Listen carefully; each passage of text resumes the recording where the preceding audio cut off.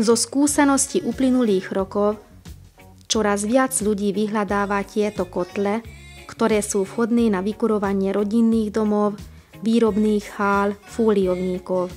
Kotly sa môžu vykurovať rôznymi materiálmi pochádzajúcich sa z lesa či poľnohospodárstva, ako sú poleno, pelety, piliny, hobliny, viniče, trstina, kôrovie, slama.